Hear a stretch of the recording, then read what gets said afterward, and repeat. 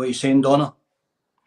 I just wondered if you wanted me to sit backstage whilst you do that, and then just as long as Dot knows that I'm here. We've had a brief chat. No, so yeah. Sit in. You sure? Yep. Are you happy with that, Dot? Yeah, that's fine. Yeah. Okay, lovely. You good to go, Dot? Yeah, you're alive when you go, guys. Thanks, John. Okay, guys, I believe we're live. So, tonight we have Dot on the chat, who is here to tell her story in regards to her relationship with Derek Gordon Heggie'S.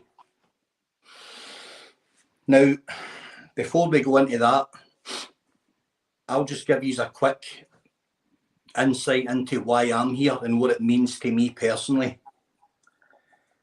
So, in my own life, Heggie's contacted me in order to go on his podcast. And I was pretty clear from the off that I was aware of some trolling stuff online, of which I was absolutely assured was all fraudulent and stuff. Hindsight's a great thing. We're not all blessed with it. And in retrospect, having done my homework on him and had the podcast removed, I am here because he lied to my face and hid the most disgusting, devious behaviours, and thought that he could continue to dupe guys like myself and build a podcast and try and compete with other podcasters and build a legitimate reputation and a name for himself as a decent guy. But he's not a decent guy. He's an absolute scumbag. And everything that you're going to hear tonight is 100% verified. It's backed up with numerous police reports. All the dates have been checked out. Everything I say is the truth. Everything you're going to hear is the truth. And I will stake everything I have on it tonight, that what you hear is 100% accurate information directly from a survivor of this guy. So I'm going to bring Dot into the chat. I'm going to introduce Dot to you. Hope everyone is in support. And we're going to get right into it. And it's not going to be easy for her. And what she's doing here is a massively brave thing. And John and Donna are hosting it because they've been in this from the beginning and they will be here till the end. So, Dot, I want to talk to you now. And I just want to start by saying thank you for doing this. This will be a massive strength to other women out there who have unfortunately became entangled with this guy. Yeah, So, I just want to say thanks to everyone and the support, Alex. Yeah. Thank you. That's all right, Dot. We're here for you. All of us are here for you, nobody else. So, Dot, we're going to start from the very beginning. We're going to go back to 2012. And I just want you to tell us just a little bit about your life at that point and the initial meeting with this guy. You've told me before, I know the story, but just let's hear it from you, Dot, how you came across him. Yeah, I was an outgoing girl, loved my horse riding, confident in every way, held a brilliant job, never been unemployed, apart from at this time in 2012 where I was made redundant after 11 years. So I had a friend, a very close friend, and we went out into town in Carlisle, had a drink. One drink, we'd been to the pictures and I was driving back home. Bumped into this person. Numbers was exchanged. As I headed off, he went the opposite direction. Later on into that night, how I got halfway home with my friend in the car. My phone had rang. My friend answered it, and it was him. Wanted to know if I would turn back and take him back home. He'd missed the taxi, couldn't get a taxi. I'm very reluctant. Friend reassured us. Biggest mistake. So I turned around and picked him up. Didn't want to go back to his own home. He wanted to come back to mine. And that's how it all started. Yep. As it does. Simple as that. So, Dot, you started to see this. You started to see Heggie, and I'm going to keep naming him, and that might seem uncomfortable, but there's a very good reason for it. I don't want anybody to forget his three-barreled name, Derek Gordon Heggie. That's who we're speaking tonight about, guys. We're speaking about a monster who's duping the public every single day of his life, telling us he's a decent guy, when he's got a 55-page legitimate acro detailing his entire criminal history, which is 90% abusive towards females, amongst other horrible things: deception, theft, arson, racism. He's just a piece of shit. But tonight we're only interested in his history with females, his violent history with females. So, when you started to see him, Dot, Yeah. how long before he got his feet under the table with you, and how long did it take before alarm bells started to ring? It didn't take him long at all, Alex. He was back and forth to his own home in Carlisle, then coming back to mine, staying the night. And then eventually, 2 or 3 months down the line, he was actually living with me at that point. It didn't take long at all. Now, Dot, when we spoke initially, Yeah. when you reached out, we discussed this, and you told me you had a long-term relationship, Yeah. and that had kind of came to an end and stuff, as they do many times. Yeah. And you had felt, in a way, you know, you'd kind of like maybe initially just been flattered that this guy had just kind of stopped you out the blue and kind of like asked you out and stuff. And I completely get that. Yeah. And you just felt that, you know, what harm could be done here by, you know, going out for a few dates with somebody. Mm-hmm. So you were just unsuspecting and just looking forward to having a few dates, really. And you were never to know what you were letting yourself in for, and people don't. Nobody does. So we're 3 months down the line. Mm-hmm.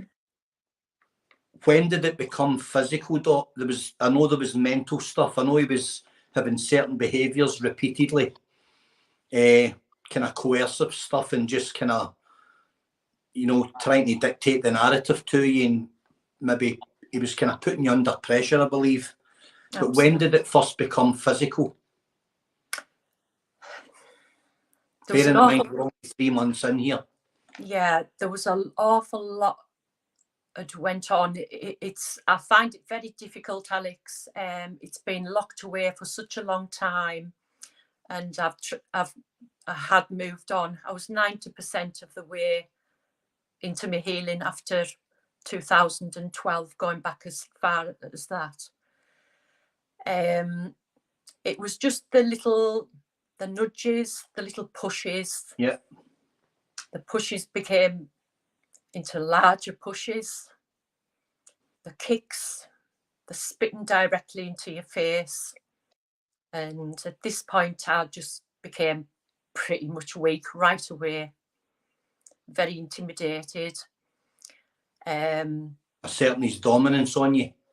Absolutely. Yeah. Make no mistake. Absolutely. And bear in mind, I was an outgoing, confident lady. Yeah. So for the record, guys, I'm in no way qualified to host this.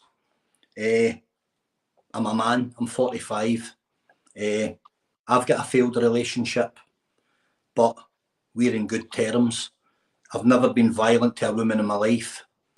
And I've had 3 girlfriends, and any of them would say the same thing. I despise it. I absolutely despise it. I despise violence against women.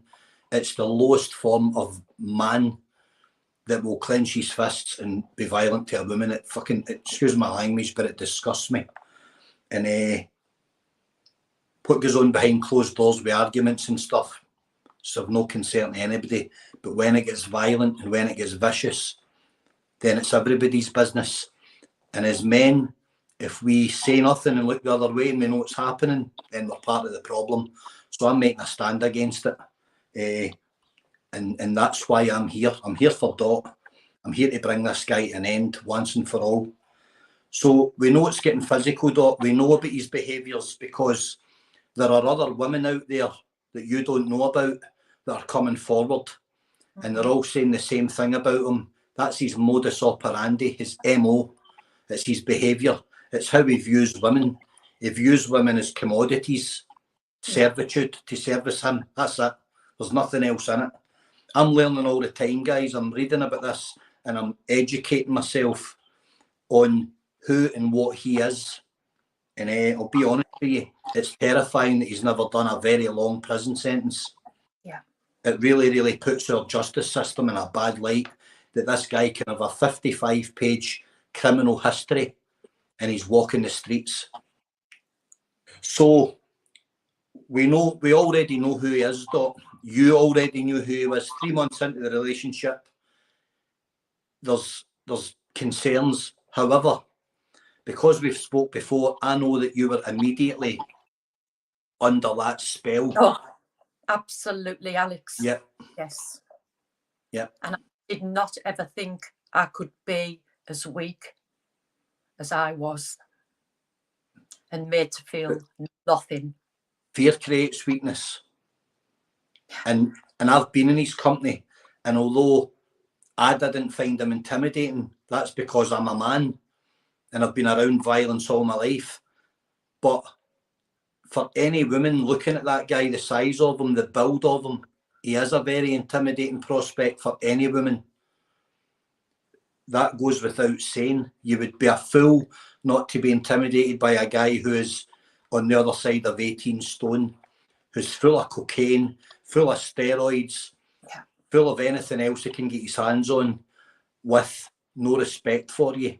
That's a scary proposition. So he's becoming everything that you thought he was not.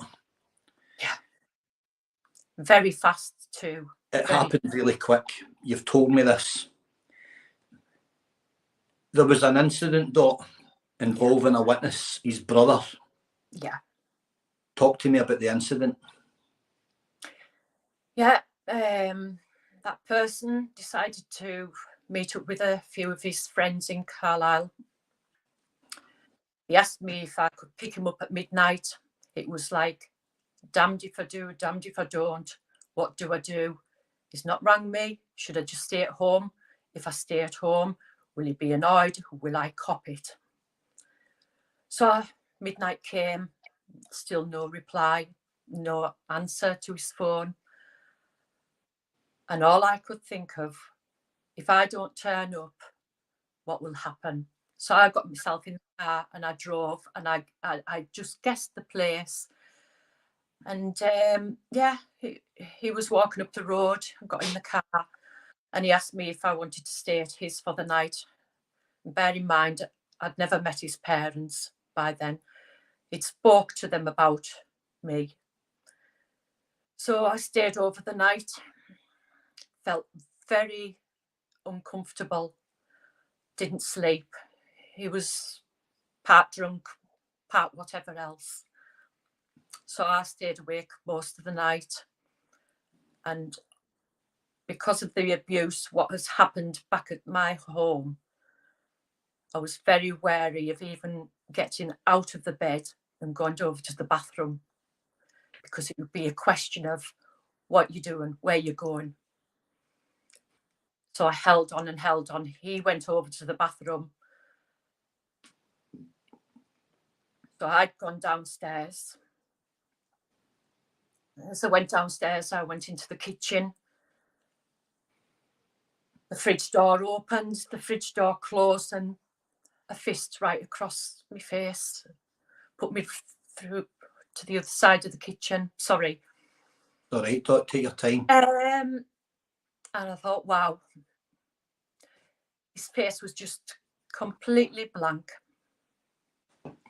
Just out of the blue. Out of the blue, and within 2 or 3 seconds, his brother stood there, and I said, he's just hit me. His brother seen the blood coming from my mouth. I couldn't move my jaw, couldn't open my jaw. Now, I know that to this day, Dot, you've got problems with your jaw. Big problems, yes. And I know that you're wearing an alignment gum shield, and I know that your dentist knows that it was caused by a blunt trauma to your face. Yeah, that's right, Alex. I didn't see anybody too frightened to go to the GPs or anything. The repercussions of where have you been, all that starts over again. Yes, I eventually went to my dentist, had both teeth, bottom teeth removed. I've been under the orthodontics in the city, the oral surgeon. Quite developed osteoporosis in the left side of my face, with like a hairline fracture under my cheekbone. Whether that was due to the blow. It's not fixable, but it's very painful still. Yep. Very painful. Still have a lot of problems. Yep. Yeah, I've got a plate fitted in the bottom, and I wear a gum shield through the night because of me grinding in my teeth because of the pain. Yep. Yeah. Yeah, I've seen it. Yeah. And Dot, mm-hmm. What was his brother's reaction to that? Because I know his brother's fearful of him. Quite shocking. Yeah. Yes. What did you do that for? That was it. Yeah. That was it. So these types of things were commonplace. Yeah. I know about his behaviours, Dot, and I know that if I get too deep, I know that you'll stop me. Yeah. Because the last thing I want to do is open old wounds. However, we get one opportunity to let the public know who this guy is. And every single thing you've told me, I've done my damnedest to have it verified and checked out and all the rest of it. And the incidents that you told me about, those dates, were on the acro before the acro was released. So I know you're the very person that's on that paperwork. I am. So for anybody out there that is doubtful, I've got the acro. Yeah, we obtained it fraudulently. It was really easy to obtain, because these civilian organisations make mistakes every day in life. My acro is coming to me just now, ordered by a third party. As easy as that. So they make mistakes. I'll be posting mine to verify who I am. So Dot, yeah, police intervention. Tell me about the first time that the police were called, and tell us about the incident that prompted you to eventually lift the phone to the police. Shocking as it may sound, Alex, there's 5 police stations in Cumbria what have information on the one person sitting here. Yep, I know this to be true. And out of all the calls I ever called them just the once. Yeah. The rest of the phone calls were people that out in the public domain, and my adjoining neighbours either side who made all those phone calls. Yeah, I know about one of your neighbours. He appears on the acro for one of the racial things. Yeah. Verified again. And I also have some friends in the communities down around where you live, Dot. Yeah. Some guys I've known for many years. And you're very well liked in your community, Dot, and you're very well respected in your community. Yeah. And Derek Gordon Heggie's despised. He's despised from the east coast to the west coast, along that whole line of communities and towns and right into the border city, Carlisle. He's despised across the board. I wonder why that is. I wonder how we can all be wrong about this guy and he's the only person that's right about him. That's a great conundrum. How every single person can be wrong about him. And I'm talking about men that own gyms in their mid-60s that have known him for over 20 years. When he was a young steroid-using doorman, and he was useless at that, where he picked up his first sex offence for abusing his position of trust. And from there on, it just spiralled into a lifetime's one big episode, one thing after another. It's astonishing that he's never been done a long prison sentence. It's absolutely astonishing. I cannot understand why he's not in jail, because that acro is 100% legitimate and it reads like a horror comic. So, Dot, you had a year-long relationship with Derek Gordon Heggie. Yeah. And we've spoke at length, you and me, about a lot of the real sinister behaviours that he had. Now, I know them all. Yeah. But it's up to you what you tell us about, Dot. Yeah. Because this is your chance. This is your chance, Dot, to tell your story. So, at best tonight, it will be a massive warning to any woman thinking of getting into a relationship with this guy. And at worst, we might achieve nothing, but you'll have had your pound of flesh. Yeah, I'll just take a drink, Alex. You take a drink, you take a minute, Dot, no problem. You take your time. So, guys, as you can see, this is a very, very, very brave thing Dot's doing tonight. And we've been talking about it for months. And we've been trying to find a way to do it. And I'm definitely not the best person for this. But I'm a guy, I'm a man. And I'm 45. And at my age, whatever it be, maybe it's age, I don't know what it is. But I'm embarrassed. I'm actually embarrassed that females can be in so much fear of men, while some is sit and do nothing. I'm not prepared to sit and do nothing about this. Thank you for that, Alec. That means a lot. Yeah. That means a lot to a lot of women out there, because I think, and I'm just sorry to chip in. I think it's really, when I was speaking to Dot, and I've spoken to my own experiences and I've spoken to other women and etc.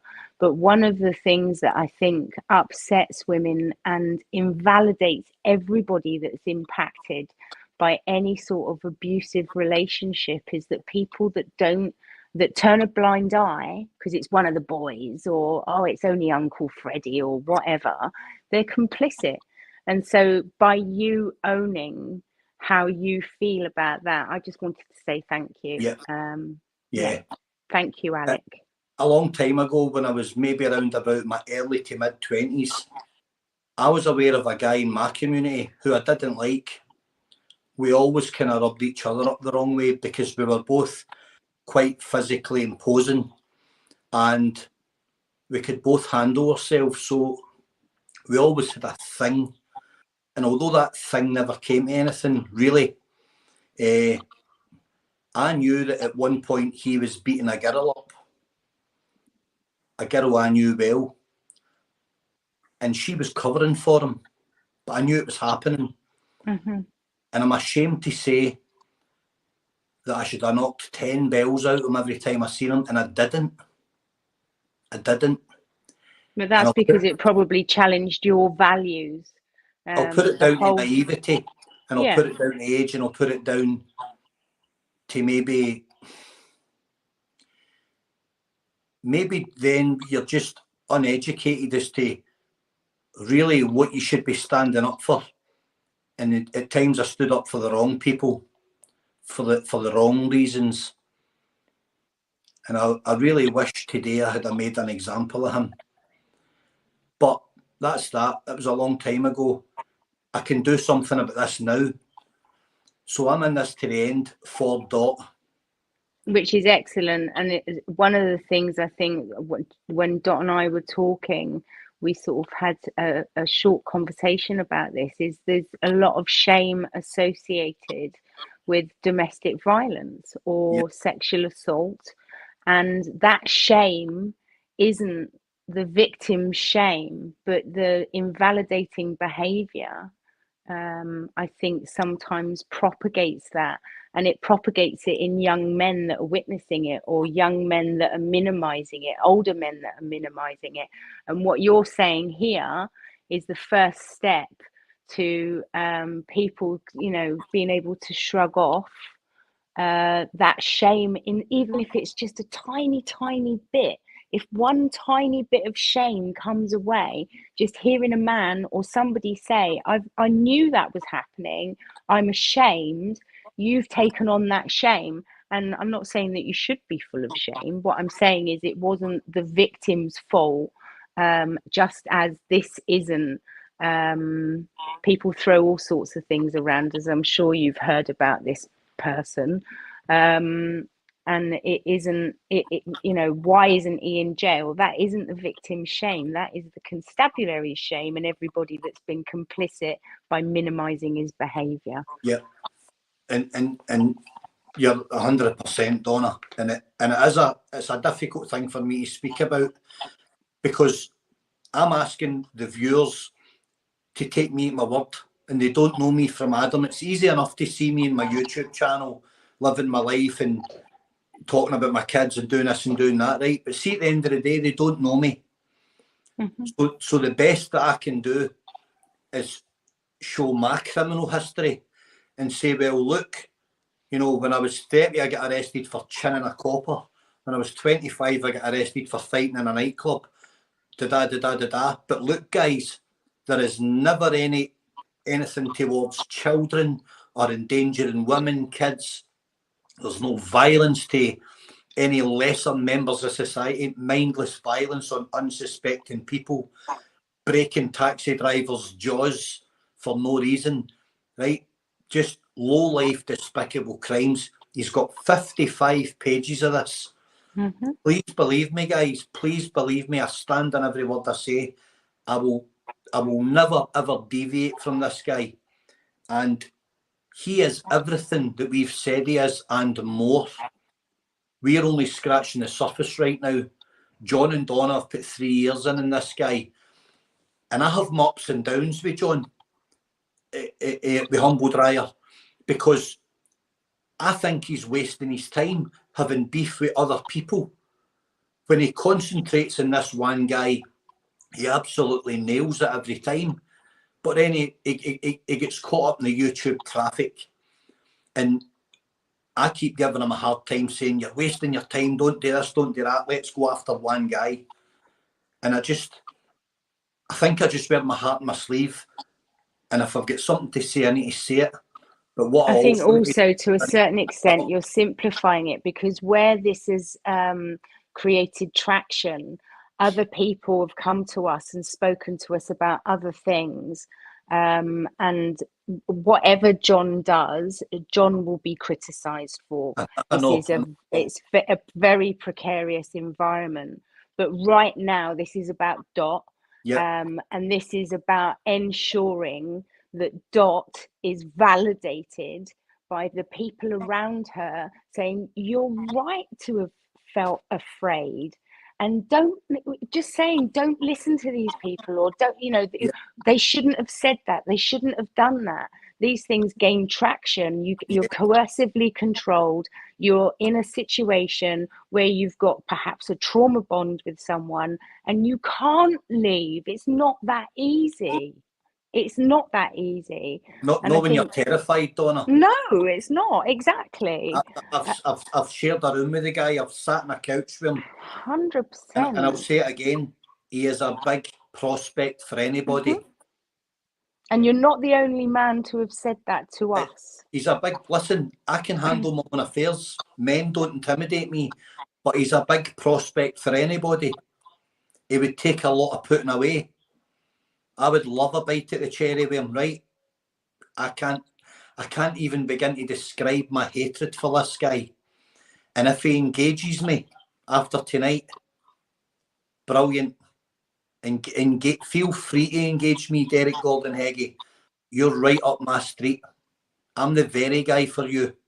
And that's no YouTube chat. I can turn the clock back 10 years like that. And that's not the tough guy talk that he does. It would be a very, very different fight for him. I'm not talking about a physical fight.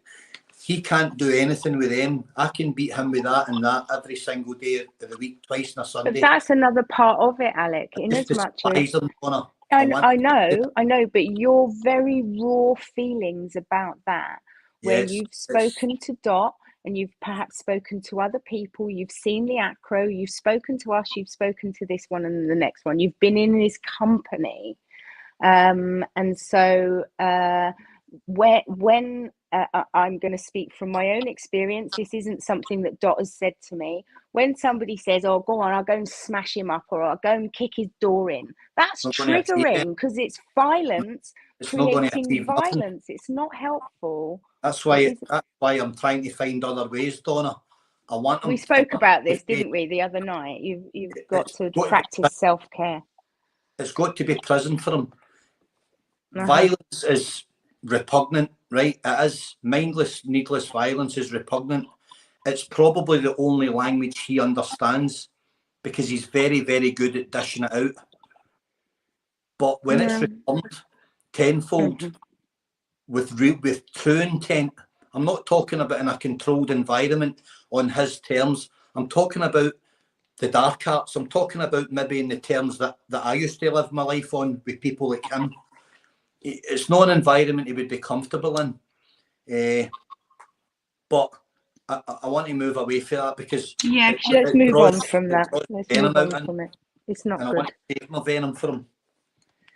So Dot, we've kind of got to the point where you're deep in the relationship with him, and we know about all the coercive behaviour, the manipulation. To the extreme, Alex, where the toilet, using the bathroom, showering, cleaning your teeth, watching the TV. The TV was actually removed from my lounge up into the bedroom, so I was left with nothing. My friend brought a magazine round one night. It was ripped in shreds within 10 minutes of her leaving.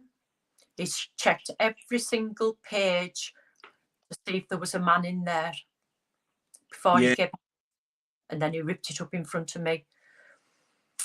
And he also had a habit of asking you to not sleep in the bed, Dot. Explain that one. Yeah. He liked to take up the bed, put it that way. I had a dog. The dog came before me. I used to sleep lying on my side. That's how much space I had in the bed.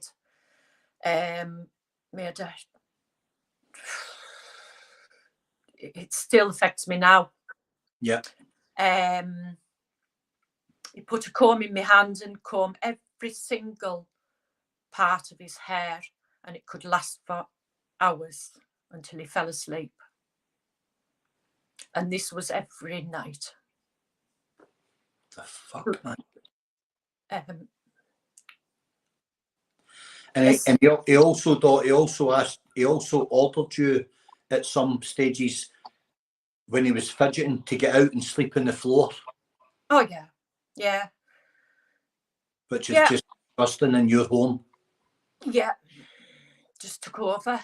He took your television from the living room up into the bedroom, because we know, his followers know, that he loves lying in his bed, because before he's anything, he's a dosser. He's never out his bed, and he likes his comfortable life because he's got this this self kind of gratification where he's full of self entitlement. He believes he's entitled to the best of everything in life. I believe I've got to get up in the morning and go and earn a living, or I don't eat on a Friday. Yeah. He doesn't live in that world. So he took your television from your living room in your home, made the bedroom comfortable to suit him, and then would let you sit downstairs in the dark and shout you to come up at the end of the night. Or ring my mobile phone to say. Yeah, when he was ready to go to sleep, when he'd had his fill of television. Yeah, and... He told me, and I've never forgot it. I can't forget it. It's when I reached the top of the stairs, Alex, and the door opened and the TV was on. Dare I look at that TV? Dare I look at that TV? I'm sorry. I don't have a TV license now. I don't watch the TV. I noticed that about you.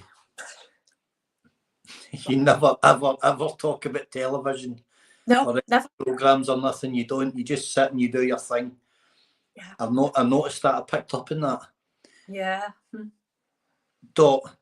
Yeah. I'm just going to quickly say something. For any men that's on this live just now. Yeah. Right. Me and John are pursuing this guy. I know John's heart's in this for the right reason. I know that much about him. Say what you want about him. I know he's in this for the right reason, right? He is in this for the right reason. If there's any men in this live just now, guys, if you are not currently disgusted with what you're hearing about what a man is doing to women in our name, then, you need to give your heads a shake. It was... We need to get on this guy. Everybody, share this far and wide, please, everybody. And let's get Derek Gordon Heggie's name up in lights where it belongs. When you go, Dot. Yeah, it was bad. Behind closed doors, you will never know what went on in there. The curtains never opened. I couldn't go out and peg washing out unless there'd be really been on the back of me. Who am I meeting out there? The shower was available at work for me to take a shower because I could see clearly. Dot, he was phoning you from a clinic, wasn't he? And ordering you to make payments for treatments he was receiving. Yeah,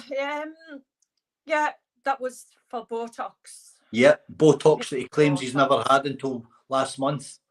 We're going back to 2012, 10 years ago. That clinic existed. I checked it all out. Remember, I told you everything you tell me, I'll have to check it out. Not because I disbelieve you, but I have to know that what I'm saying is factual, because somebody somewhere is going to critique me and scrutinise every word out of my mouth. Yourself, Alex, have seen as much evidence as I could possibly show you. There's no doubt in my mind, Doc. There's no. You've left no doubt. I know what he is. It was bad behind closed doors. It was bad in the doctor's surgery in his own town, in his own city. I was escorted out by the members of staff. He was not at all happy with myself. So the members of staff had escorted me back safely to my car. Lots of instances. The driving of my car. When he's saying you can't drive, he bloody well can drive, I'm sorry. Oh, no, he can drive. I've seen. We were surrounded by police cars in Carlisle. He kept dragging the steering wheel from my hand until I damaged my thumb. Yep. Up until the police stopped us. They'd taken him from the car, and his words was to me, well, don't say anything. And I made an excuse that I had been shopping and the shopping trolley had banged into my thumb and was damaged. Yep. I've been sitting in my car driving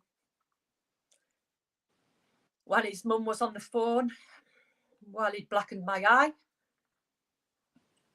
And he made out to his mum that he was reaching to open the car window.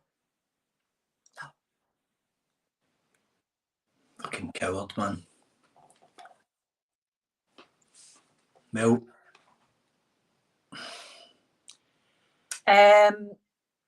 Dot, you're doing well, by the way, right? You're really well here. It doesn't matter. Makes me feel sick. It didn't matter what I wore. I came downstairs with a pair of leggings on. I got the biggest, and I mean the biggest kick up my backside. And I thought I'd broke my back. That's how bad it was. All because I wore a pair of leggings. I never went anywhere. And if I did, I was blind. And I mean by that, I was not allowed to look either side of that road. I was never allowed to look or speak to anyone. Daughter, remember that you said when you approached a junction in your car? He was my eyes. He would be your eyes. I remember you exactly the way you said it to me. And when you said it to me, I looked at you and I was like, did I just hear you right? Yeah, you did. Because it's so alien to my mindset.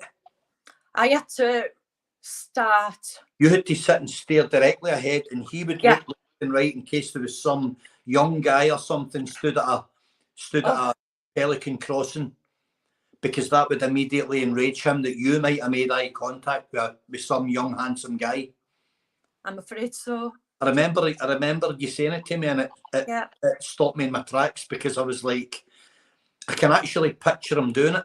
And for a woman to start recovering herself back to making eye contact and having a conversation with a guy, that was the toughest thing a woman can ever do. Yep. When I met him, Dot, I was slightly disappointed by him, because he was very sheepish in my company. I'm not an intimidating guy. Yeah, I've got a bit of a presence about me, and I'm confident, and I can speak. Yeah. But I'm never at the bully with anybody. And he was very coy and very sheepish. And it was immediately apparent to me that he lacked confidence in the company of a confident male that could outspeak him, outthink him, outsmart him. And he brought nothing to the conversation, nothing at all. And in hindsight, talking to his former editor, John, a lovely guy, John said, I've never seen him acting like that, doing other podcasts. He was totally weird around about you. He was sitting there and he slumped down into the seat, like almost submissively. I've been in the company of some real serious men over the years, and they present themselves in a certain way, and they're big personalities, and I can recognise it. And he slumped down into the chair, and I don't know, it afterwards I was thinking about it, and I was like, well, that didn't really go the way I thought it was going to go, and he's not really the guy that I've been seeing what he portrays online. What he portrays online is false. It's completely false. Nothing real. It's completely fabricated. As I sit here right tonight, I'm exactly the same tomorrow lunchtime, Yeah. Wednesday afternoon. This is me. This is the way I speak. Yeah. I try and be fair with everybody. I don't like getting MD putting their hand up my back, but I'm fair. I'm always fair. Anybody that knows me will say that about me. And I try and treat people decently. There was something amiss in his personality. He had absolutely no charisma at all. Nor did he have any conversation. He couldn't hold a sentence. Stone cold, I'm afraid to say, and as times I do, as strange as it may sound, Alex, as times I think I feel sorry for this guy, but if I hadn't been with him, I can understand you, Dot. I would be drawn into that sympathy. There are times when I've looked online and I've questioned myself and I've said, yeah, am I right about this guy? And I always go with my head and my heart. I play them off against each other and I try and find a kind of equilibrium. Yeah. And it's never let me down in life. And I say to myself a few times, am I right about this guy? Am I going after this guy and I'm really going to get this right? Because if I run this guy off the end of the world and I'm wrong, then I publicly have to denounce myself that I'm wrong. But I'm not wrong. I know I'm right. Today, right now, I know I'm 100% right about this guy. I've read everything. I've pursued people that have wrote little subtle tales and comments and comment sections. I've contacted people. I've linked the bits of the jigsaw. And then when I add that to the work John and Donna's done, and to the work that other people have done, and link all the pieces of the jigsaw together, it is an absolute horror show. There is plenty. He's been conducting himself. Yeah, there's plenty of evidence there. It's about myself. Massive. And there is police footage on body camera. Yeah, there is. And I know that the police asked you to testify against them. That's right. Yeah. And quickly tell us, I know the answer, but quickly tell the audience, Stop, why you decided not to testify against Heggie's. Yeah. I'd came home from work that evening. I can remember having my uniform on. I'd started a new job and I headed to the bathroom and it just all kicked off. Bear in mind, there was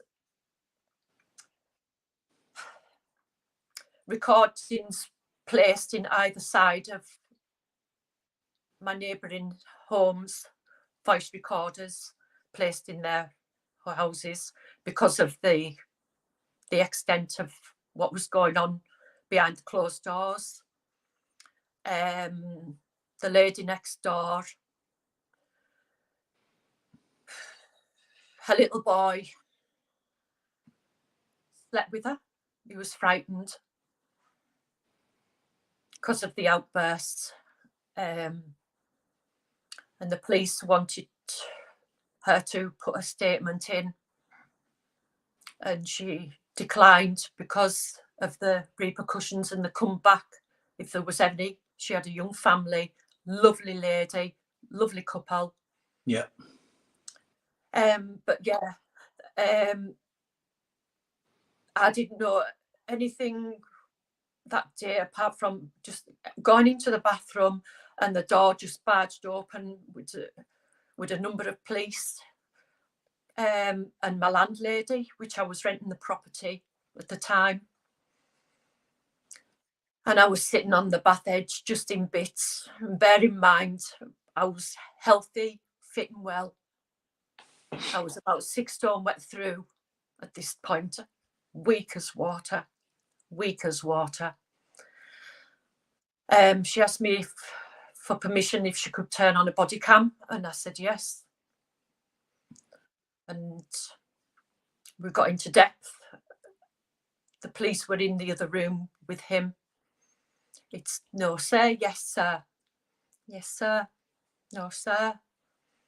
I thought, how dare you? How dare you speak like that in there?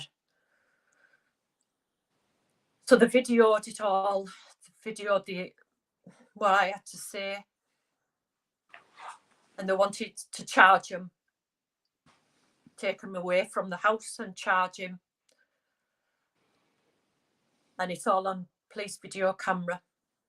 And me refusing for him to be taken away to be charged with assault.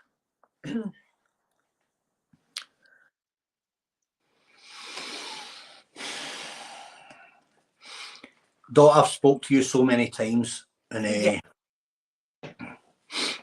when I come off the phone to you, I always feel like phoning you straight back again to ask you if you're all right. Yeah, I'm fine. Because I feel sick that by going out for a couple of dates with somebody, you had the worst year of your life at the hands of a manipulative, coercive, narcissistic beast. I'm going to say this to any lady, yeah, or any gentleman, it happens to them. Oh, it does, aye, definitely. When someone is saying, just kill me to get out of this misery what I'm in, that is serious. That's deadly serious. It is serious. And when a police lady, an undercover police lady, that thing does not know about that, because he wouldn't allow the curtains to be open. I stepped outside my front door. Yes, my front door. 2 minutes. And there was a voice shouted, Dorothy. And I looked over and she just unzipped her jacket. And she was an undercover police lady. She wanted to leave, asked me to leave the property within half an hour, go to a friend's. It doesn't matter where. We need him out, because the next time we're called, you'll be coming out in a body bag. And that policewoman tried really hard to get you. She did. She did. Yeah, she did. You've told me this many times. Always the same version. And that policewoman is still a policewoman. And, you know, all of these people that witnessed all of these events can all be got to. They can all be traced. 90% of them can be traced fairly easily. Everybody knows what went on, Dot. But the public don't know. And that's, we need to reach out and we need to get through the very last of them. My hometown, yeah, certainly Alex and me, hometown certainly knew what was going on. Yeah, they know. I know that they know. I know that your community know. Everybody knows. They've witnessed it. Yeah. When did you talk to us quickly about? Yeah. How, I know that we're getting on for an hour now, and we said we were going to try and tie it up, but we're going to be another 20 minutes anyway, and we may as well just strike while the iron's hot. You're doing brilliant. How did the relationship come to an end, Dot? Yeah, I think the police were really on the guard at this point. Is it the CPS though? The PS was in one of my neighbours' houses, my adjoining neighbour. The guy who he was racially abusing at the time. Yeah. Lovely guy. Lovely guy. But he just had something about him. Didn't like him. And then it just began, was I in a relationship with him? Why am I going out in the backyard? It didn't matter how old they were, what they looked like. Yeah, I think the police had a close eye on him at that point, Alex. For my welfare. if anything, they could see how downhill I was and how low I was. I was just making myself up to work and back. And that was my daily existence, to work and back. I'm aware how well known he is to the police, Dot. Yeah, very. It's amazing what you can find out. Really. A lot of ex-servicemen transition into the police, carry on their pensions. Yeah. And it's amazing how many ex-servicemen I'm still in touch with. So I know exactly how he's regarded. Yeah. You know, and he's not regarded as a normal criminal. There's a word for him. He's not of normal criminal element. Do you know what I mean? We know what he is, and he's not viewed like the guy that, you know, does this or that, or the tour I got the street that rings cars. Or he's viewed very, very differently. And we all have an opinion of the police, but the police also all have an opinion of those types of people. They're the worst of criminals. They're despicable human beings. Yeah. I'll just clarify one thing, Alex. Yeah. And the no further actions. It was dealt by not putting it any further. There was plenty of witnesses. They wanted no part in this person because of the threatening behaviour towards myself. Will he come and get them? I'm not frightened. Yeah, I get it. No man will ever lay hands on me again. No man. You're a bully, an abusive. So for anyone that's listening, to clarify, an NFA, which Dot's talking about, is on his acro. It's a no further action. It's what the police do when they believe, when the CPS, the Crown Prosecution Services, believe that they cannot get a 60 or 70% chance at success for a prosecution. It's 70%. It's a 70% chance of conviction, but the law isn't the same in Scotland. I know there's a difference, but I'm just trying to... Big difference. It's really unfortunate that Dot was over the border. It must have been a great shock to Decca to find that it was very different up here. And by Jove, it is. So he would have just been removed from the property, and Dot wouldn't have even had us. We spoke about this, didn't we, Dot? It's really, she's been failed so badly by police procedure. Mind-boggling. It's abusive. It's invalidating, and it's abusive in itself.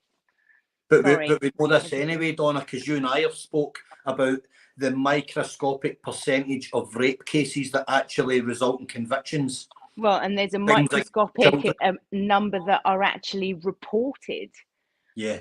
So if we I think this calls for a bit of a flowchart, really, just so that people realise this isn't your shame. It isn't your shame. This is the establishment's. This is the establishment's shame. I'm so, I'm angry. You both know how angry I am about this. Yes, I think Dot really needs to speak to the and anybody else that has been impacted by this. The Centre for Women's Justice are more than conversant with Derek Gordon Heggie'S, and anybody that's hearing this that has got similar experiences with him or somebody else. You don't have to necessarily prove that you're telling the truth, because often is the case. Interview techniques can eke out information, and I don't feel that Dot was afforded that possibility. Her sitting on the side of the bath in Cumbria, and the police officer being up plain clothes on the other side of the street, calling for her to putting the onus on Dot is absolutely bloody unacceptable. It's unacceptable, especially when they understand coercive control. And Dot, I am so proud of you for tonight, because you're still living with all of this. And I think this is one of the reasons why we're told all the time hardly any rapes end up in conviction. Well, I can't even remember off the top of my head what today's figures are. During COVID, the figures changed massively, where people weren't able to leave their house because of COVID. So all the stats of, say, 5 years ago, they've all changed. And you did get out.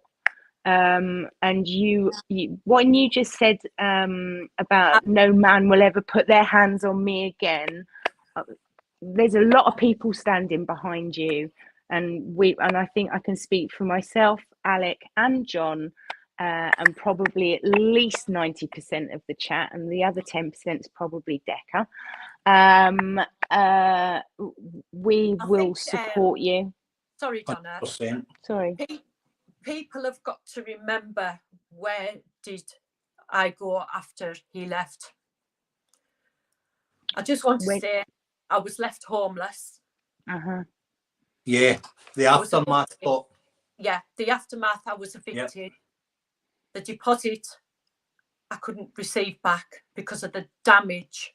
And I mean the entire contents, apart from a lampshade and a television, was left in that property. There was doors fisted through. My fridge freezer was a brand new fridge freezer. It was like a dartboard with fists. And I was standing there while he done that. And he also left you tens of thousands, didn't he? Sorry, Alex. He also left you with tens of thousands of debt. He left you with a massive debt. The car was so damaged. The speedo was working. The power steering was jiggered. Everything about it. The tyre I was running on, because I wasn't allowed to, remember, to go to a garage to get it fixed. In case you had to deal with a man. Yeah, because I had to deal with a man. And this is the guy that's telling us every day how confident he is in himself. I'm the confident one now. I'm sitting here and I'm telling my story. Donna's brought in some really, really important points there about how low down the spectrum these crimes are viewed by the CPS and the justice system. It's diabolical. I don't have the words, right, guys? I don't have the words to tell you how much that saddens me. Yeah. That abusers, sex offenders, women beaters get passes every time, just like that, and they get to walk the streets, and they get to come onto public platforms like YouTube and tell unsuspecting members of the public that they're good men. Get a job, Alex. That's what I say. I had a mini stroke due to this. I was off for 3 weeks. I got off by my ass and I went back into work, where I could have just gladly sat on my ass and done nothing about it. Dot. Yeah. That's not you, right? That's exactly what I was just about to say. That's not absolutely. You, Dot. You're never going to be beaten. And Dot, listen, you were never beat by this guy. He's a bully.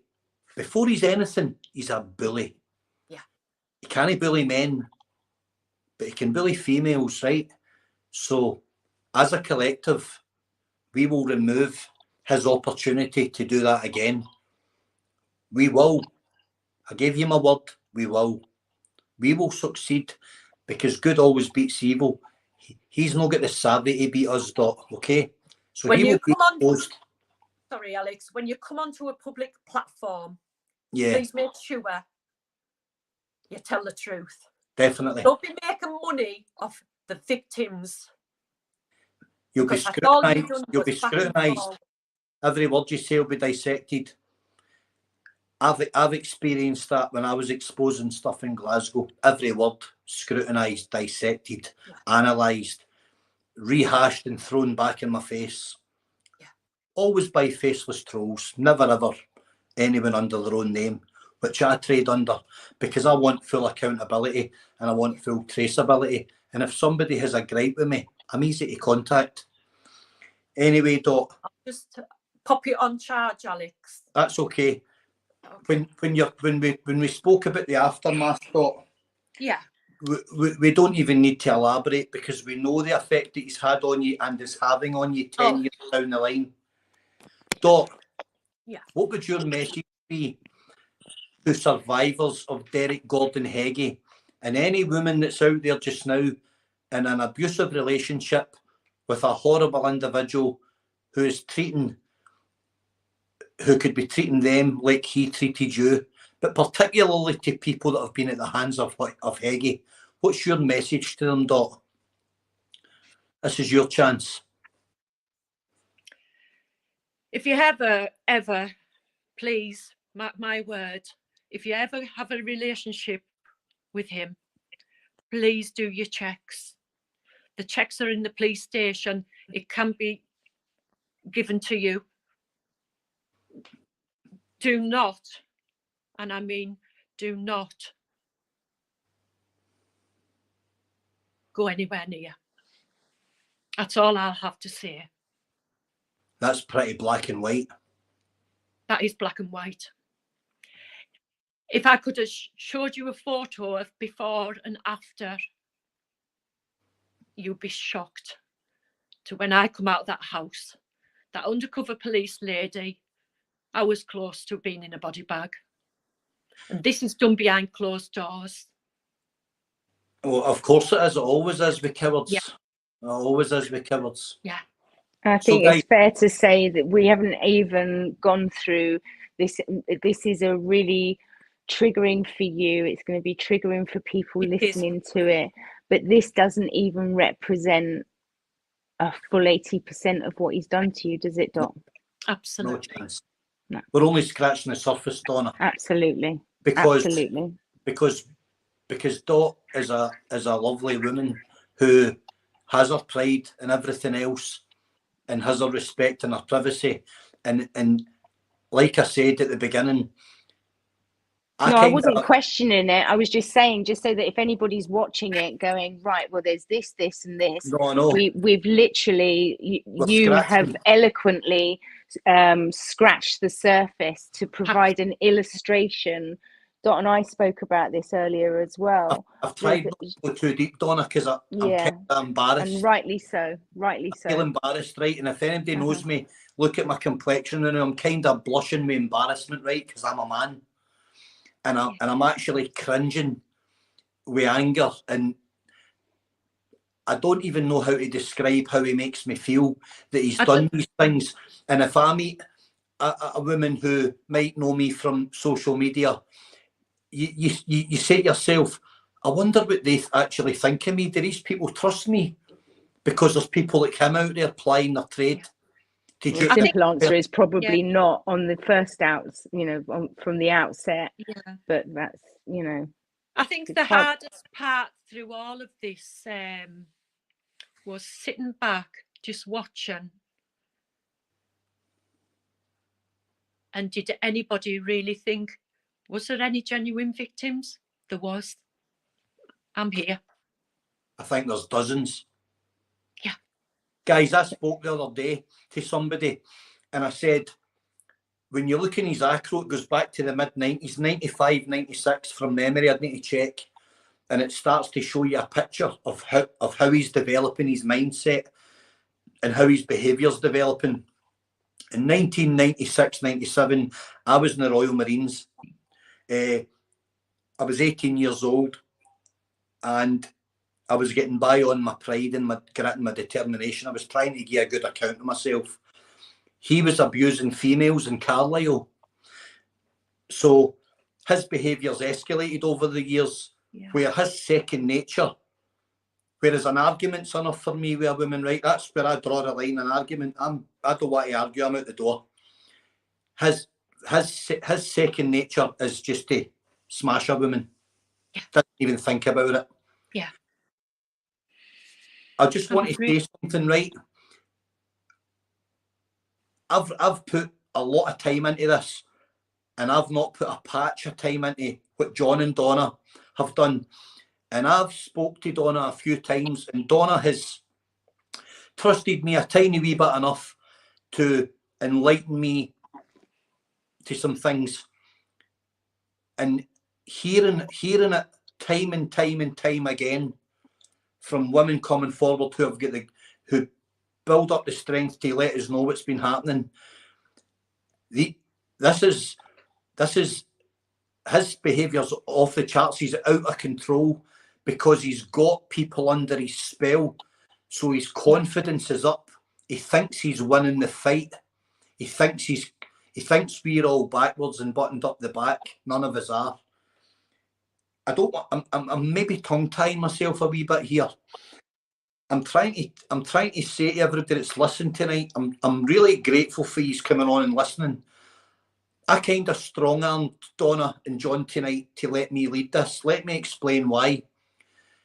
Donna would have led this in her own way, but I put myself up for this tonight because it's been gritting on me so much lately that I felt, just in the way I speak layman's terms all the time, that if it came from a man who's embarrassed by another man's behaviour, I just want you to know that my heart's true. Everything I say tonight, I've checked out and I've checked out again. Dot's story checks out, guys. Please be under no illusion about what Derek Gordon Heggie truly is in life. He's a vile, repugnant individual. And I believe he's absolutely capable of taking a woman's life. I believe that with my heart, and I don't say that lightly. I'm no scaremongering anybody. I don't set out to scaremonger and make statements that I can't back up. I truly believe he's got a point where he will break and he will seriously damage somebody permanently or kill somebody. That's where I'm sitting with this. And everybody that's listening tonight, make your own minds up. Check me out. Ask me anything. Check us all out. You'll have your opinions. Not everybody will like me. Not everybody will agree with me. It's not about me. Dot's come on tonight. Massive respect to you, Dot. Right? Your heart's that size. Yeah. Nobody will Heart of a lion, pure lion. Nobody will ever take that away from you, Dot. No. He's a blip in your radar. That's all he is. He's a blip in your radar. He's not even worthy. After tonight, he's not even worthy of being mentioned out of your mouth. Yeah. Because he's a piece of shit. There's nothing more to say about him. He's history. I really didn't think a human being could actually treat someone as bad as that. I've had some close calls. Unfortunately, they're out there. Very, very close calls. So for women listening, yeah, you have options. If you meet a guy and you just want to know a bit about him, you have the option of the Clare's Law, the Sarah's Law, the enhanced DBS, and an ACRO. Any police station will give you them, and anybody, when you prove you're in a relationship or at the beginning of a relationship, you have the right to ask a man, if that man wants your company and you might have children in the house or something, if that man truly wants to be with you and he's a decent guy with no bad history, he'll have no problem showing you who he is. Alec, can I correct you a little bit? Ask. Alec, can I correct you a little bit with the most respect? Actually, it's not just people in a relationship with somebody. So hypothetically, if my friend is dating a man and I'm concerned about that man, I can approach my local police station or call 101 and I can speak to 101 or the police station. And because the law is such that you have the right to be told and the right to ask. So if my friend Heather is dating a man, unless it's a vulnerable adult, the rules are very different. But the police, I can ask the police to provide, if there is a disclosure, to Heather, my hypothetical friend. So even, I mean, it could be, and I said this a few years ago, even if it's to prove everybody wrong, do a Clare's Law. Definitely. It works on aggregate information. So it is one of the ways that the police actually map somebody's offending behaviour. So if I tell the police in Carlisle that I'm concerned about Mr. Jones, and then in 6 weeks' time, somebody down in Portsmouth does a Clare's Law for the same Mr. Jones, we know where Mr. Jones is operating.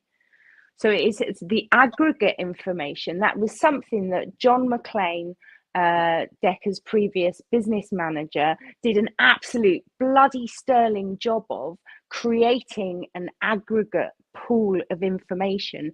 He did that Clare's Law, and it took it out of the Carlisle area, and there was and he was provided with a Clare's Law. Even if you don't get a disclosure, the checks are still done, and that's where the aggregate information comes in. So you don't have to be in the early stages of a relationship with somebody. You could be with them for 10 years. You don't have to be, it could be your son, your daughter. It's just that you have the right to ask, and people have the right to be told.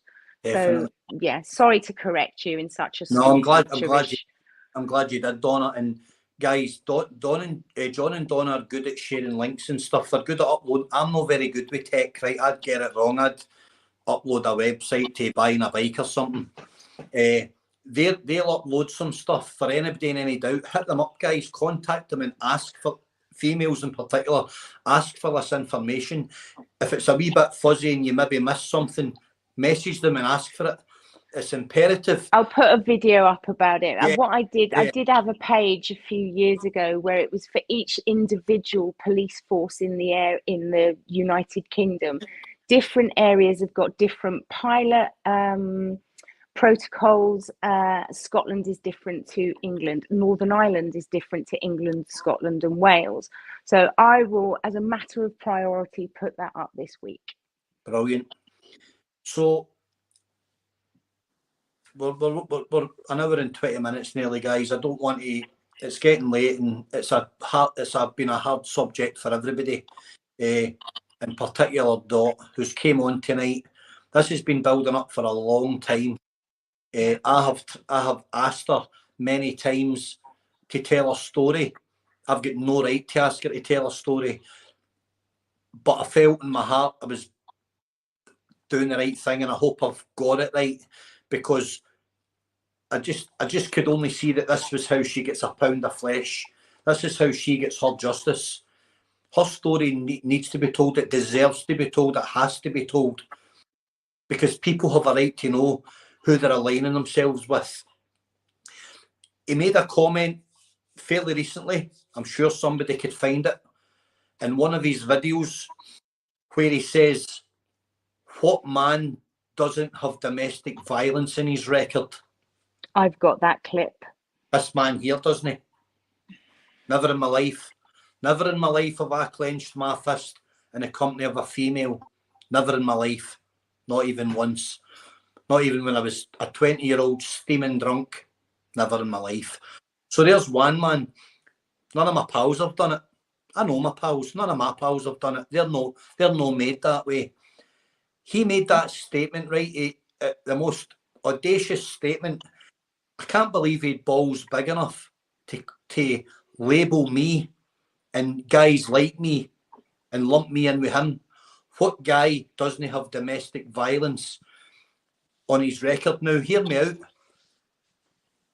If you're a follower of Derek Gordon Heggie'S, you're as vile a creature as he is, because you heard him say that, and you still follow him, and you still monetize him, and you still fund him.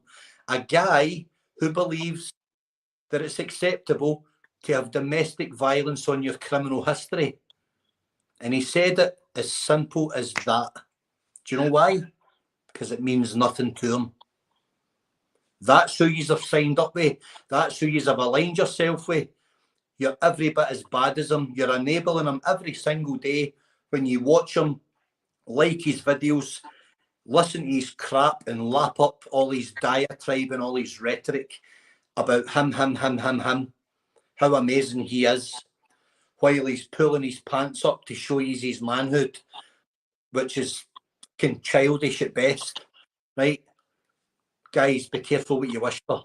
Be careful who you align yourselves to. You're following a predator and you're following a beast. That's exactly what he is. He's nothing more and he's nothing less. All his bullshit, all these film star roles and all these A-list lifestyles, lies. It's deception, and he deceives you every single day. And some people, for some bizarre reason, are lapping it up. You don't have to agree with me.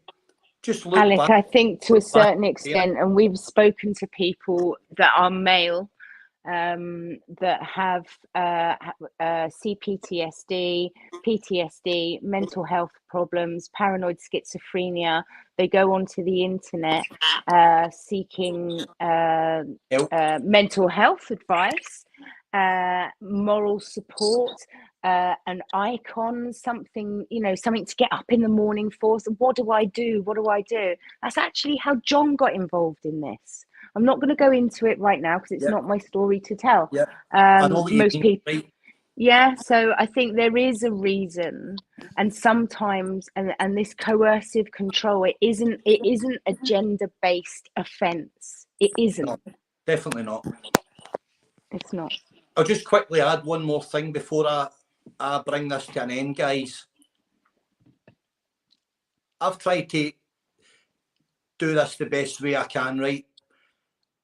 I hope I got most of it right. I probably got some of it wrong. I hope I didn't cut too deep.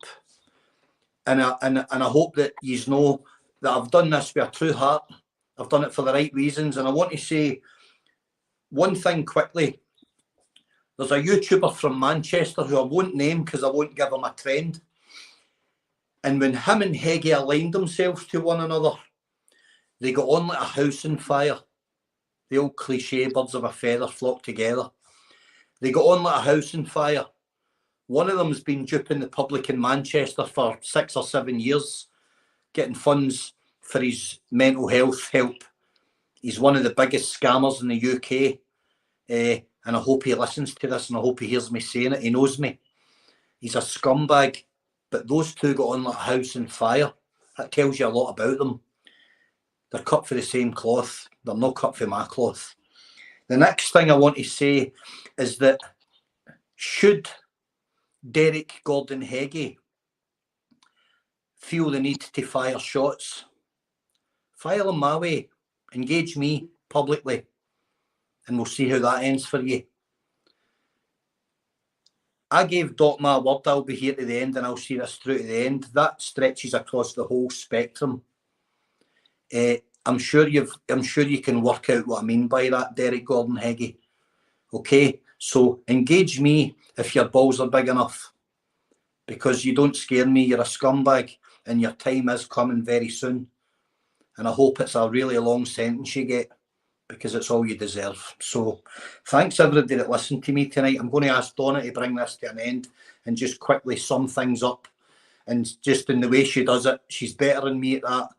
I appreciate her and John allowing me to bring Dot to their platform, because we need the numbers, we need the shares, we need the message out there. Dot, thank you for telling your story tonight. You are an awesome. Thank you, Alex. Thank you very much, Dot. So proud of you. You are awesome, and I'm delighted that you done it. You deserve this, Dot, and I hope you get the support. Okay. You've done an amazing job, Dot. Thank you, Alec. Thank you, Alec. And John, Donna, I know I pressed you tonight to let me leave this. You sprung it on me. But it means a lot to me, guys, that he's trusted me to do it, because it's hurting my heart, right, that he's out there. And I mean that, it's hurting my heart, and I'm not going to rest until we bring it to an end. All right. So I'll be straight with you, Alec. Alec, I was really worried about how you would manage this. I'm going to speak as I find. I think you already know that about me, that's kind of where I come from. And I was worried about Dot being railroaded, or feeling, well, I spoke to Dot beforehand. So there was a couple of things that we spoke about, safeguarding things, and you've done a sterling job, and I'm actually glad that you did it, because I'm sorry. I don't want to be looking as if there's nobody he's ever touched in his life, because there is. I know, proof. and we knew about your story Yeah. since I'm not you know how long we've known, Yeah. and I'm not a one to go on public platforms. no, 100%, and it just follow Alex. broke my heart. It broke my heart talking to you. Yeah. There were things that you said to me that we knew had happened when we heard the voice notes with him and his mum, and he actually mentioned your name. And then when I spoke to you, I told Alec, I said, I'm you know, this is huge. So everybody needs to look after themselves, look after one another, and just make sure that the police don't get away with their organised crime such as they do. And I will help you. I told you that I will help you. I think this needs a serious case review. There's things that haven't been discussed tonight. We've only told you 10%, guys. It's 10%. And that was intentional. Dot needs her. I didn't even want. I was absolutely mortified when I saw your name on the screen. You have astounded me with your prowess, Dot, your strength of character. I'm not going to call you a survivor. You're not a survivor. You've got the heart of a lion. You didn't survive him. Something that's surviving crawls along the floor and it's barely surviving. That is not where you are. You're bigger than him. You're a bigger person than he will ever be. And from my house to your house, we send you love. Thank you. A little bit of love your way as well, Alec, but I thought you were a bit of a prick earlier. We're back. Right, listen, thank you guys. I appreciate it. Thanks everybody that listened. Have a think about it, mull it over, come to your own conclusions. But that woman right there tells the truth. 100%. Good night, and this guys. was about her tonight. It wasn't about the chat. Good night, Alex. Good night, chat. Good night, Dot. I'm going to say good night. I'm up at 5:30. I'll speak to you tomorrow, Dot. Take care, darling. Take care. Thank you. Good night, Dot. Night, night, darling. Well done. Bye. So there, guys, that's where you are. We did know about Dot back in 2019, and we never ever mentioned her name. So when the voice recordings come out between Decca and his mum, Dot was mentioned, and it was like flip. And the rest is history, basically. So Dot is on his acro. She's also on his Sarah's Clare's Law, Irish Scotland's background domestic check. He's on it. The dates are there, and unfortunately, it's horrendous as well as. But it doesn't matter, does it, John? Tonight was about John. It wasn't about John. It was about Dot. Talking about that cloak of shame. Which is a real thing. We've spoken about this privately, haven't we? And that shame isn't hers. It's on everybody that's been complicit. And tonight, she's put it in their court. When I started to stream up, though, I looked and I went, "Fuck, her name's on." She's put her name in everything. So did I. That's what I was shouting to you about. Like, John. I know. But that's the way she wanted it, and that's fine. It's her choice, and I would have preferred that she wouldn't even show her face on screen, and we would have took the slack for another pretend person and all the rest of it. But at the end of the day, she fair play to her. Can't say nothing. Alec did a good job, didn't he? Done better than I could have done. I was raging, John, as you know. But he did an outstanding job, and I think that I didn't look at the chat at any point during that. It wasn't about the chat. I love the chat. Hi, chat. The chat's been brilliant. I've had a couple in, but nothing that's to be expected. Well, we're always got to get a couple. I mean, the Heggie'S family had been sitting there like freaking as if they're in comment or McDonald's or something, just playing with the phones and getting on. Do you know what though? Can you remember me saying to you earlier on that I commented to Decca Heggie'S Senior earlier on. I might not have done that had I have known what was, because we didn't know, did we? We didn't No, know it was it was like sprung on us because I was meant to be going on to Exposure TV's live tonight, and then the next thing, obviously, I got a message. I went, "Oh shit!" And it was to go at 9 o'clock, and I was like, "I can't do it for 9 o'clock. Need to be 10. Need to be 10." But no, you canny. I can, you know. Uh, but at the end of the day, I just want to thank the guys who's been modding for us. Obviously, I'm going to take some of the spanners back off these guys. Rob, you can stay, obviously, Chelsea, but there's a few people I don't know personally. And don't take it to heart, Carol. Please don't take it to heart, pal. Because at the end of the day, mods can, I'm not saying for 1 second you would, but mods can remove comments and stuff like that. So any talk again that's ever like this, Carol, it needs a woman's touch. Please don't be offended. It's not so for much the, about mods removing comments. It's the case in point is yeah. mods blaming other mods for Mods blaming removing other mods, comments. and we just want to keep it right. So No please names don't take offence mentioned. to it. Some other night I maybe asked you to come on and be mods again because you don't know where it's going to go, and I wanted to keep the chat clean. So I want to thank Carol's you, a Carol. mate. Is that Carol Curtis? Yeah, do you? I don't know. Do you? Yeah, Carol Curtis. You might actually get to keep your spanner, Carol. I I don't know. like I'm Carol. terrible with I names. just need to check that it's the correct Carol Curtis. But I I'm like terrible Carol. with names. Absolutely terrible with names. And Chelsea, sorry if your missus got upset with that tonight, mate. Yeah, we did. Kind of knew it was It was going to go that way. hard, wasn't it? And it was like, I kind of, when we were talking about what I wanted to close it with a bit of self-care. What are you going to do tonight? You would call it sort of kid gloves treatment, but I think everybody that's listened to that, there's going to be things that have come up tonight Yeah. that are going to impact whether you're male or female. It might be tomorrow when you're at work or in the garden, walking to school, whatever, with your kids, whatever. And I think it's what we need to learn from people that have got PTSD and CPTSD. I might ask Rhonda if she wants to come on some night and talk because Hang Rhonda on, was can saying I tonight. finish what I was saying, Sorry, I please, thought you. John? Sorry. Don't start a domestic. I think it's important that we, rather than push things, my own CPTSD treatment, I came to understand that had I have dealt with things as I was finding them challenging, I wouldn't be dealing with them years down the line. So if, it's right, it's to be expected that people are challenged by what they've heard tonight. Thank you for staying in the chat and talking in the chat.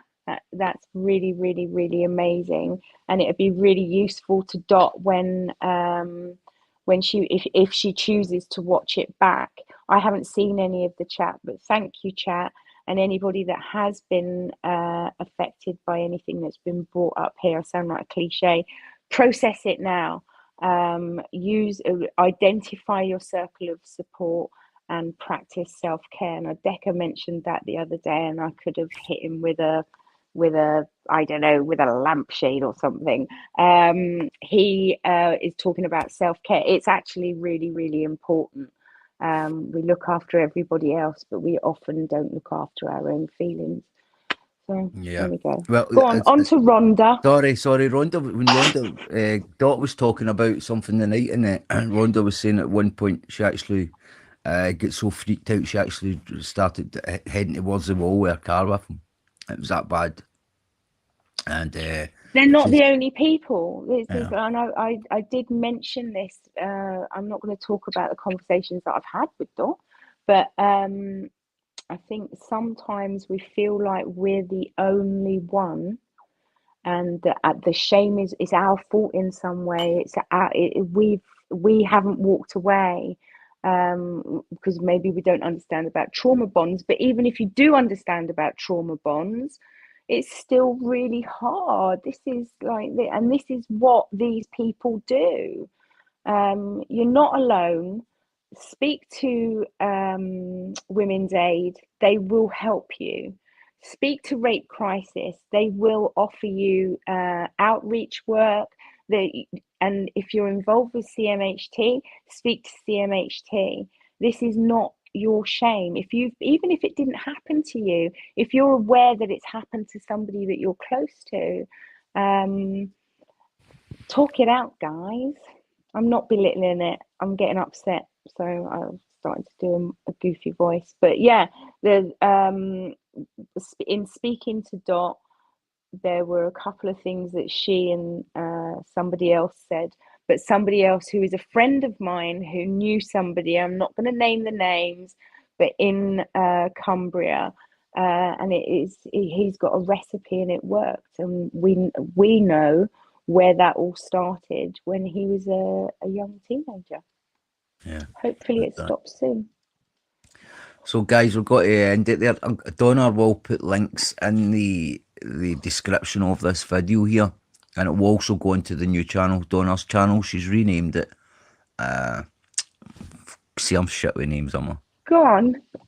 Let's put 1 in the chat if you think John can remember what the channel's called now. 2 in the chat if he's I think it's Humble Dryer Best Bits or something with John and Donna. No, Right? it's not. Oh, there you go. I can't remember either what I changed it to, so I'll go on. If Chelsea or that said, could you put AC coming back to life in the chat there? I just want to big up. But I'll drop a link and add all links to everybody that's sort of important, including AC coming back to life. And I will create an. Dodgy Dave, big up Dodgy Dave, Moto and Exposure, because he's the only one out of everybody out of these big groups that's went head on with him. And I Kid You Not podcast with Joe, because he's got to be a big part of this as well. Glenn Lawrence, is this the Glenn Lawrence I made a video about the other day there, mate? If it is, I'm going to take your video down. Sometimes I got away of doing things, and I'm sorry if it maybe was a wee bit abrupt, but I don't like. Sorry, did you just say sorry? Sometimes. Did you just say sorry? Sometimes. It's a good job. I love you. I'm just going to wait until Chelsea's shared these channels. Thank you, Chelsea. There's my friend Richie Q. You want me to take your video down, John, Glenn? John, you know the Sarah's and Claire's law pages that I had. What I'll do is see if I can find any screen recordings of what I did, because as you'll remember, it was a little bit of a hoo-ha with that, and I think I screen recorded it. If I haven't, I'll create a video this week and get everything that I was speaking about, procedures and protocols. But I think also I'm going to put something in about the Centre for Women's Justice. This isn't something that people are aware of. They deal with women's rights. This isn't a gender-based issue. This is men and women that have been impacted by this. But I will create a video, maybe not one long one. I like sort of a couple of minutes.